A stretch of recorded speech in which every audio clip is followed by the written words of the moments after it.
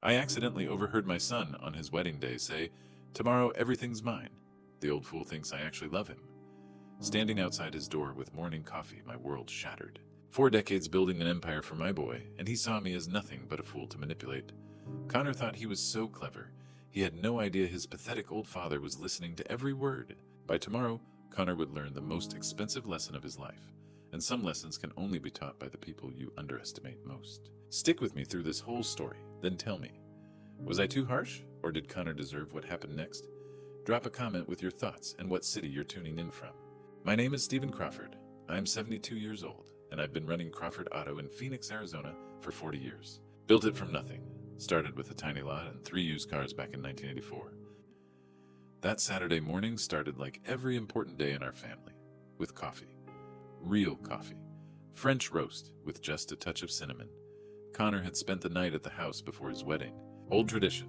The groom shouldn't see his bride before the ceremony. I was excited, probably more excited than I'd been in years. My boy was finally settling down with Bella, a sweet dental hygienist who treated me with genuine respect. I made an extra strong pot that morning thinking Connor might need the caffeine for wedding nerves. Poured 2 mugs, his in the Phoenix Suns mug mine and my old world's greatest dad cup. The house was quiet as I climbed the stairs, wooden steps creaking the same way they had for 28 years. Connor's door was closed, but I could hear his voice through the wood. He was on the phone talking loud and animated like he always did when he got excited about something. I paused outside his door, coffee tray in both hands, about to knock. That's when I heard him say it. "Dude, you're not going to believe this. The old fool's actually going to sign over the entire dealership today. 40 years of work, and he thinks I give a damn about him." My hands went numb. The coffee mugs rattled against the wooden tray, but I managed to keep hold of them. Through the door, Connor's voice continued clear as day. "I've been playing the perfect son for years, man. All those family dinners, all those yes, Dad, and thanks, Dad. It's finally paying off. Crawford Auto, the house, everything becomes mine after I say I do." Connor laughed. That same laugh I used to love when he was a kid, now twisted into something cruel. The pathetic old man has no clue. He thinks I respect him, thinks I'm grateful. Hell, he probably thinks I'll take care of him in his old age. What a joke. I stood there in that hallway, gripping that coffee tray like it was the only thing keeping me upright. 40 years of 16-hour days of missing Connor's baseball games, to pay for his college, of working myself half to death, to leave him something meaningful. All dismissed as the foolishness of a pathetic old man. "Trust me, Mike," Connor continued. "By tonight I'll own everything, and the old fool will be so happy thinking he's helped me start my new life. It's like taking candy from a baby." I don't know how long I stood there. Could have been seconds, could have been minutes. All I know is that something inside me, something that had been soft and trusting for 72 years, turned to stone. Quietly, carefully, I walked back down those creaking stairs, set the coffee tray on the kitchen table, and sat down in my usual chair. The coffee grew cold while I sat there, trying to process what I'd just heard. My son, my only child, the boy I'd raised alone after Martha died, thought I was a pathetic old fool. But here's the thing about us old fools. Sometimes we're smarter than our children think. Stephen Crawford had built an empire in 40 years. Now I had one day to decide what to do with it. Connor bounded down the stairs, hair messy from sleep, wearing that easy grin that used to make my heart swell with pride. "Morning, Dad. Something smells incredible." I forced what I hoped looked like a normal smile. 40 years of business negotiations had taught me to hide my thoughts, but this was different. This was my son, and every instinct screamed at me to confront him right there. Instead, I gestured toward the breakfast I'd prepared. Scrambled eggs, just how you like them. Connor slid into his usual chair, the same spot where I'd helped him with homework, talked about his dreams of taking over the family business. Now I knew exactly what that dream meant to him. "You didn't have to go to all this trouble," he said, digging into the eggs. "I know today's going to be crazy." "No trouble at all." I poured orange juice into his glass, the same one I'd bought him at 16. Everything held memories now tainted by his words upstairs. Connor chattered about the day ahead. Photographer at 10 flowers being delivered, how nervous Bella probably was. He thanked me for the catering, the reception hall. "Everything you've done to make this day perfect." Each word of gratitude felt like a knife twisted in my chest. I watched him eat my food in my house, preparing for his wedding that I was paying for, knowing he saw me as nothing more than a foolish old man. "You know what, Dad?" Connor looked up with those brown eyes, so much like his mother's. "I've been thinking about how lucky I am to have you." The irony was suffocating. "Have you now?" "Yeah, I mean, you could have retired years ago, moved to Scottsdale, played golf every day. But you stuck around, kept the business going, made sure I'd have something to build on." I turned away to the sink before he could see my expression. "Just wanted to take care of my boy." "And you did, Dad. You really did." The worst part was that he sounded sincere. Maybe Connor had convinced himself that using me was somehow the same as loving me. "I should start getting ready," he said, standing and carrying his plate to the counter. Before I could step away, he wrapped me in one of those bear hugs he'd been giving me since childhood. "Thanks for everything, Dad. You're the best father a guy could ask for." I stood there with my arms around my son, feeling like my heart was being crushed, and managed to pat his back like nothing had changed. "You better get moving then. I've got a few last-minute wedding details to handle." Connor headed upstairs whistling. The moment his bedroom door closed, I walked into my study and pulled out my phone. While Connor finished his shower and got ready for what he thought would be the best day of his life, Stephen Crawford made 3 phone calls that would change everything. The ceremony was everything a father dreams of for his son. St. Mary's Cathedral looked magnificent with white roses cascading down every pew. Afternoon sunlight streaming through stained glass windows, casting rainbow patterns across the marble floor. I stood at the back of the church watching 300 guests take their seats. Family, friends, business associates who'd known Connor since he was knee-high to a grasshopper.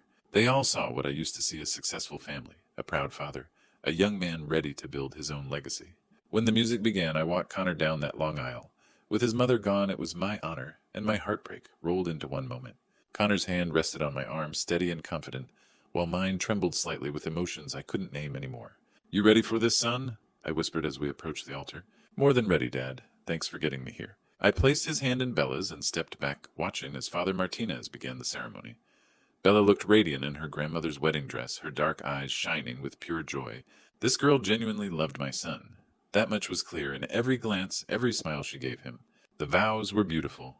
Connor promised to honor and cherish Bella, to be her partner in all things, to build a life based on love and trust. The words sounded sincere coming from his mouth, and maybe in that moment they were. Bella's vows brought tears to half the congregation. She spoke about finding her soulmate, about the family she was gaining, about how grateful she was to have me as a father-in-law. When she looked at me during that part, I saw nothing but honest affection. This sweet girl had no idea what kind of man she was marrying. The reception at the Phoenix Country Club was flawless. Connor had insisted on keeping it classy but not too expensive, which I now understood differently. The band played, people danced, and everyone commented on what a perfect couple they made. Then came the speeches. Connor stood up with his champagne glass, looking every inch the grateful son. "I want to thank everyone for being here tonight, but most of all, I need to thank my father." The room fell silent, all eyes turning toward me. I felt my chest tighten.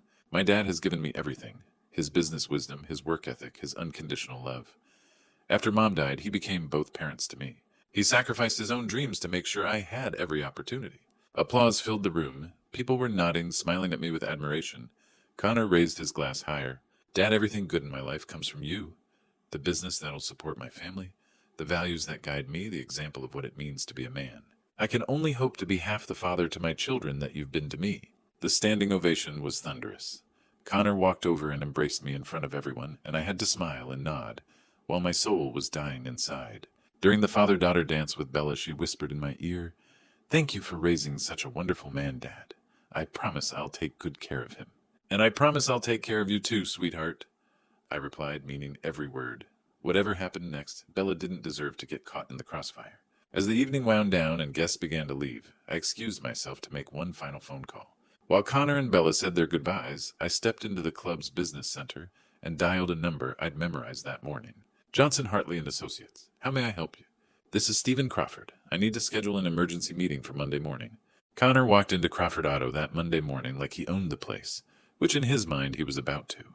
He whistled some tune from the wedding reception car keys, jingling, looking like a man without a care in the world. "Morning, Dad, ready to make this official."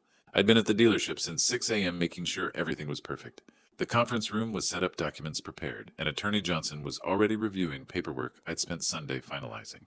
"Conference room's ready," I said, gesturing toward the glass-walled office where Johnson sat in his navy suit, briefcase open. Connor's step faltered. "Conference room? I thought we were just signing transfer papers in your office." "This is a significant business transaction, son. Best to do it properly." We entered the conference room where Johnson stood to greet us. The mahogany table was covered with official documents, each page marked with colored tabs. This wasn't the simple signature session Connor expected. "Mr. Crawford," Johnson said, shaking Connor's hand, "your father has prepared quite a comprehensive ownership transition plan." Connor glanced at me, then at the paperwork mountain. "Comprehensive? Please have a seat." Johnson opened the first folder.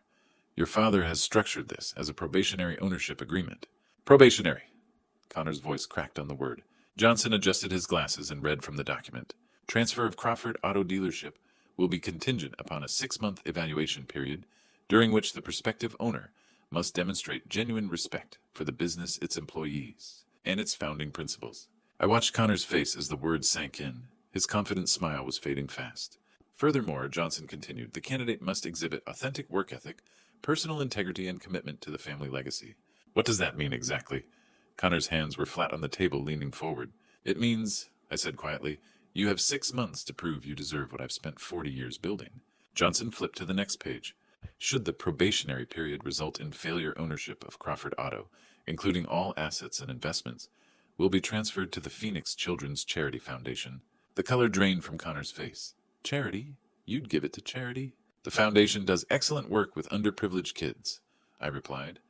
Kids who might actually appreciate what they're given. Connor stared at the documents like they were written in a foreign language. Dad, this is, we talked about this. You said after the wedding. I said a lot of things, Connor, but I've been thinking about what it means to earn something versus expecting it handed over. Johnson cleared his throat. The terms are clear. 6 months of demonstrated character, work ethic, and genuine respect. Weekly evaluations, monthly progress reports, final assessment. And if I don't, Connor's voice was barely a whisper, then you'll learn a valuable lesson about taking things for granted, I said. Connor looked up at me with an expression I'd never seen, like he was seeing me for the first time.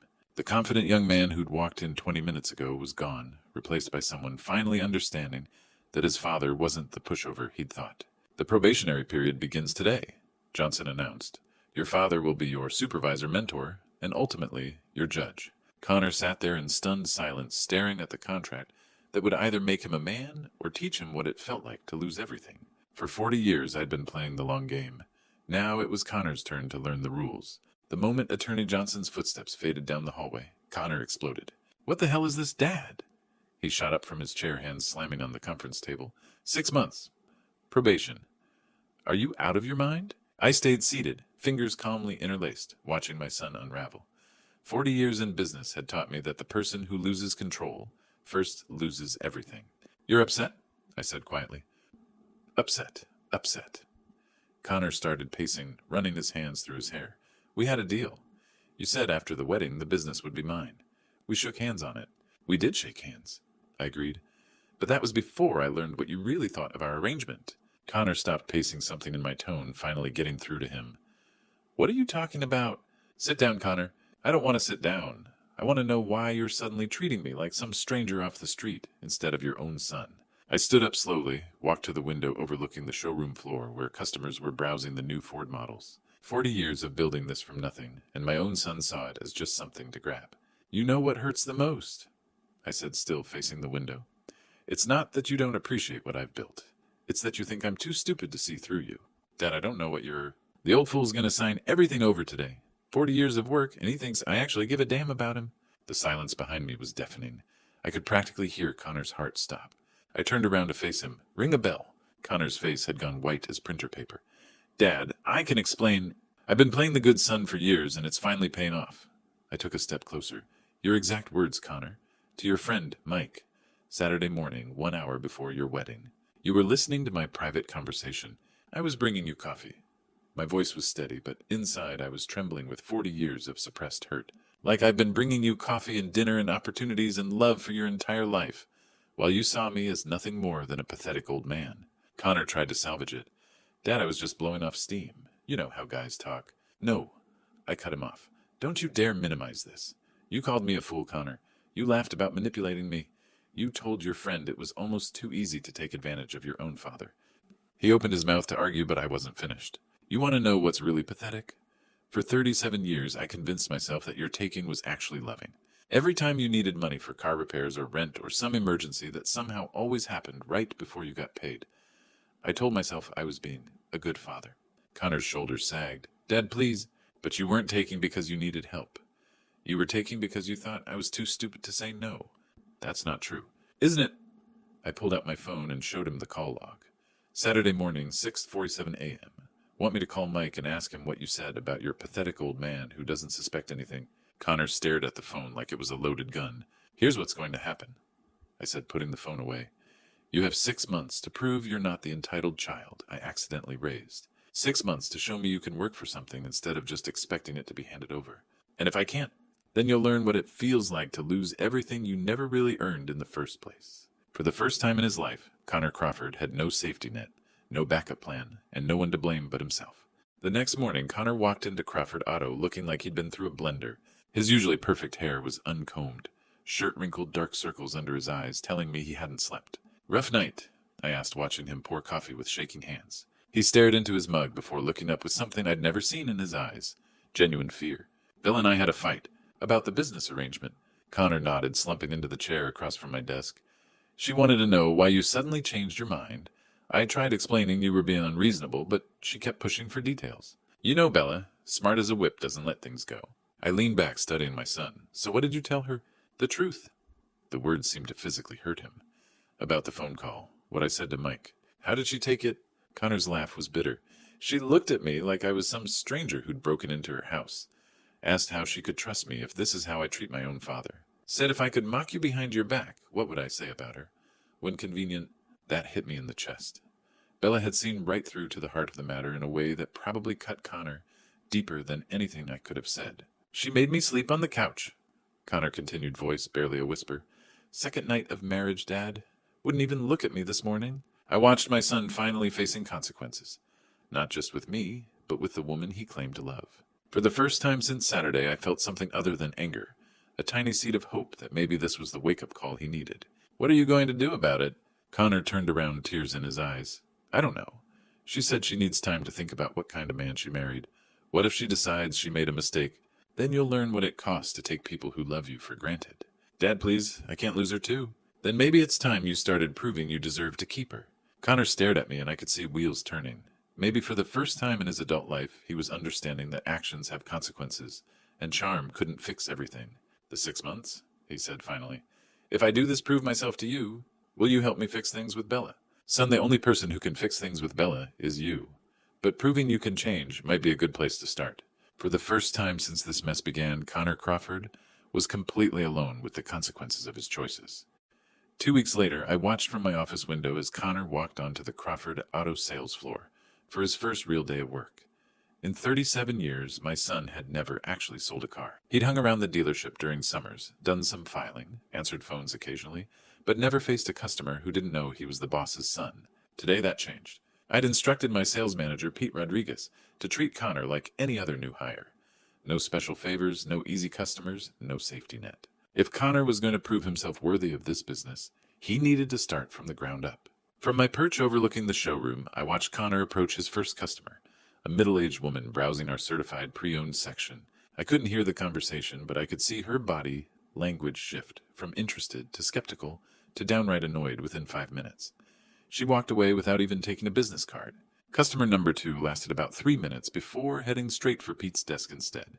By lunch, Connor had struck out with 6 potential buyers. I watched him sit alone in the break room, staring at a sandwich he wasn't eating, looking like a man who'd just discovered he wasn't as smart as he thought he was. "How's the kid doing?" Pete asked, appearing in my doorway. "About as well as you'd expect from someone who's never had to work for anything in his life." Pete nodded grimly. "The guys are watching him pretty carefully. They're polite, but nobody's exactly rolling out the welcome mat. Word gets around, you know. They heard about the probation thing." I wasn't surprised. In a dealership this size, news traveled fast. My employees had watched Connor coast by on my generosity for years. Now they were curious to see if he'd actually step up when it mattered. The afternoon brought more of the same. Connor's confidence, the easy charm that had carried him through life, crumbled against the reality of customers who didn't care who his father was. They wanted someone who understood their needs, who knew the product, who could earn their trust through competence rather than connections. Then around 4 o'clock, something shifted. I watched Connor approach an elderly gentleman who'd been wandering the lot for 20 minutes, looking lost and overwhelmed. Instead of launching into his usual sales pitch, Connor simply asked, "Can I help you find something, sir?" The conversation lasted nearly an hour. I couldn't hear it from my office, but I could see Connor, listening more than talking, nodding occasionally, pointing at features on different vehicles. When they finally shook hands, the old man was smiling. Connor walked the customer to Pete's desk to handle the paperwork, then returned to the sales floor with something I hadn't seen in his face for 2 weeks: genuine satisfaction. After closing time, I found him in the break room, still looking stunned by his success. "Rough day?" I asked. "Mr. Henderson, that's the gentleman who bought the Escape. He reminded me of Grandpa Joe." Connor looked up at me with tired but clearer eyes. He just wanted someone to listen to what he actually needed instead of trying to sell him the most expensive thing on the lot. And what did he need? Reliability, safety features for his wife, something that wouldn't break down when they drive to visit their grandkids in Tucson. Connor paused. I actually cared about helping him, Dad. Not just making the sale, but making sure he got the right car. For the first time in weeks, I felt a flicker of pride in my son. That's the difference between selling cars and serving customers, I said. Connor nodded slowly. I'm starting to understand that. I've got a lot to learn.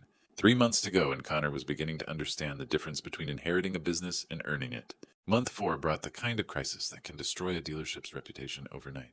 It started with a phone call on Tuesday morning. Mrs. Patricia Gonzalez, who'd bought a used SUV from us 3 weeks earlier, was threatening to sue. The vehicle had broken down on Interstate 17, with her 2 young grandchildren in the back seat during Phoenix's brutal July heat. The tow truck, the emergency repair, the trauma to the kids. She wanted Crawford Auto to pay for everything plus damages for selling a death trap. I watched from my office as Connor took the call, his face going pale as Mrs. Gonzalez's voice got loud enough for me to hear through the phone. When he hung up, his hands were shaking. Within an hour, the crisis escalated. Mrs. Gonzalez had called Channel 12 News.